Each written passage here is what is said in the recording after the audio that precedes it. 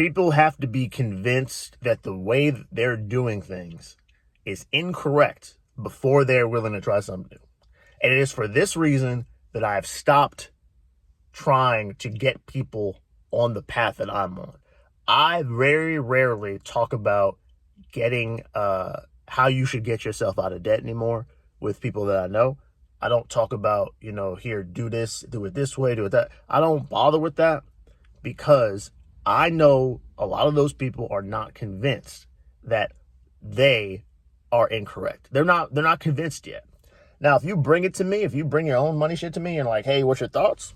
Sure. Yeah, of course I'll tell you what I think. And I'll be as honest as I can. But unless I see that, I don't bother.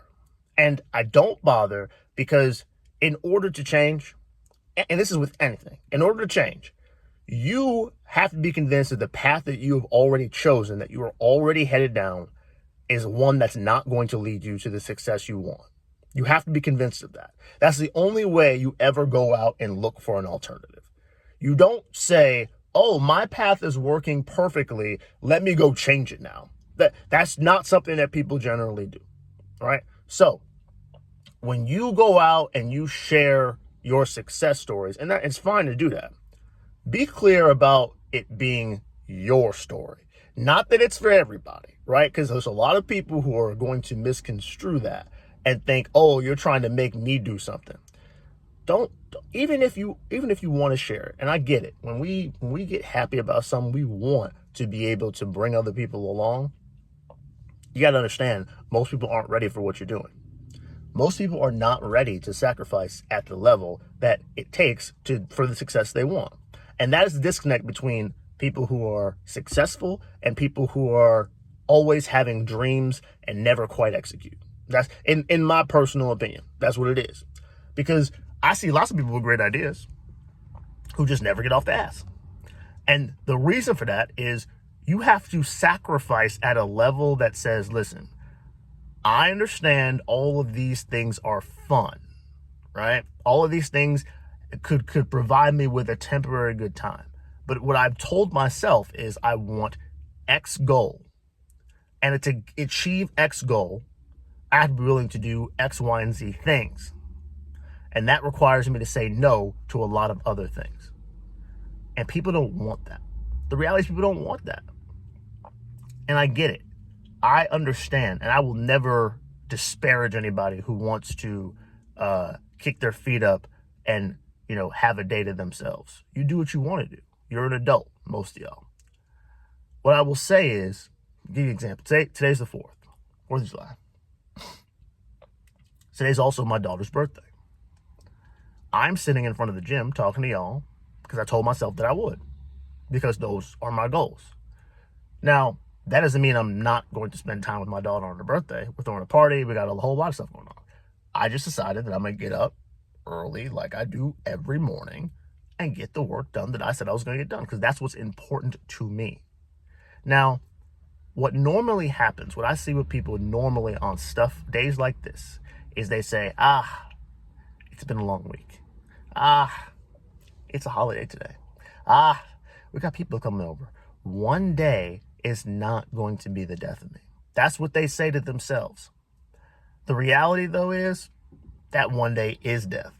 That one day that you take off, and this is especially true with food, a lot of y'all will say, I don't understand why. And this is why there's such a misconception about like weight loss, for example. A lot of y'all will say things like, I did good all week eating. I don't understand. And I only had one day where I cheated. I don't understand how I haven't lost any weight. Well, let me give you some truth in this. That one day fucked your whole week. And it's enough. That's enough, quite literally, to fuck your whole week. You know why? Because you ate enough calories that one day after, temporarily starving yourself to completely undo all the calories that you had taken away the rest of the week. So that one time that you have a lapse, that one time you say, I don't need to do anything, that's the time that fucks you. And I'm not saying that to say you shouldn't have fun, but I have decided that because my goals are important to me if I'm going to do that kind of thing, I'm going to have a time where I'm not tracking, it has to be controlled. I can't have a whole cheat day. I'm going to have a, cheat meal, something like that. But again, most people are not ready to hear that. Most people have defined success, especially with eating, in terms of I should be able to do X, Y, and Z during the week. And when I get out from the weekend, or when I get to the weekend, I should be able to do what I want to do, and I should still be able to get to the success I want. Yeah. Shoulda, coulda, woulda. Unfortunately, most bodies don't work that way. And that's why you got a lot of people who are just overweight saying that diets don't work. No, it's not that the diet doesn't work. It's that you're not working it.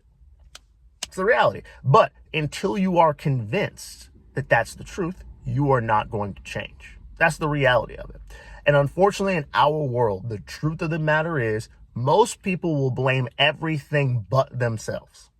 Every single time, people will blame that's why you have to see so many people, again, we're just going to keep it on health and money. Diets don't work. You rebound. Saving pennies and saving money is foolish. Like, how many people have you heard say stuff like, well, if I save X amount of money in a Roth IRA or a savings account for X amount of years, even if it grows to be $1 million, what's $1 million going to be worth in 20 years?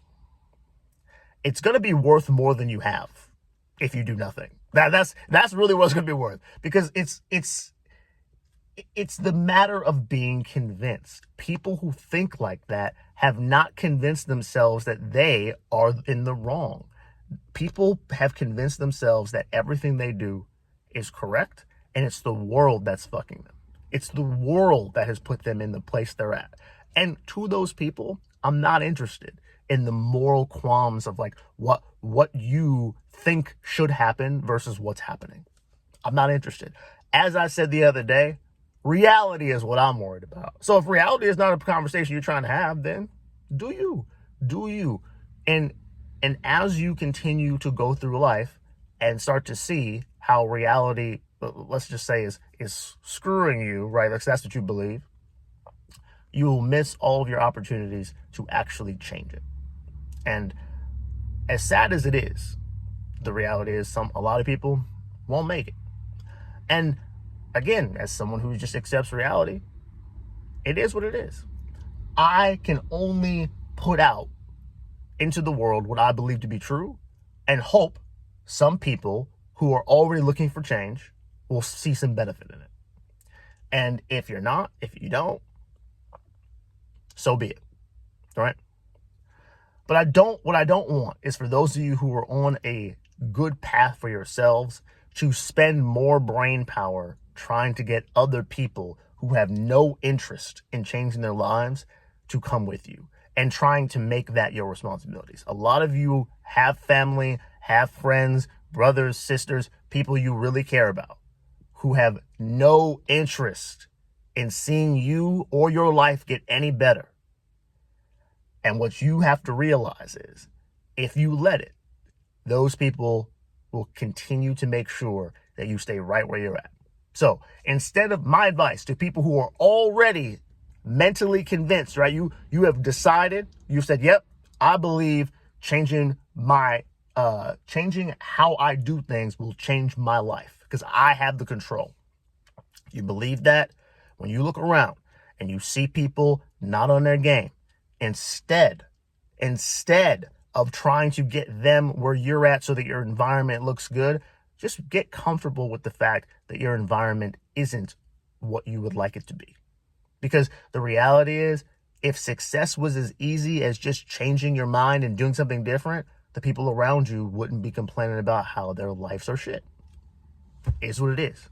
So instead of being the complainer, choose to be the victor, right? You could choose to put into work, sacrifice a shit ton of stuff nobody else wants to sacrifice, and get there. Get to the success that everyone says they want. And then when you get there, have them look at you and say, wow, must be nice. Must be nice to have all that. And you will know. Right here, you'll know. And you won't be able to really say anything about it. You maybe just smile. I don't know. But you'll know. It was the result of years of work that you had to put in. But they will not know that because they aren't convinced that that's how success is formed. So, anyway, I'm about to go in here and get to this work so that I can get to my success. But to those of you who aren't convinced, hey, do what you want to do. I ain't mad at you. Kick your feet up today. But when you look in the mirror, right, and you aren't where you want to be, just know my opinion on that is you are in control. You're the product of the things you do. So don't get mad at anybody else. It's only you. I'll talk to y'all later.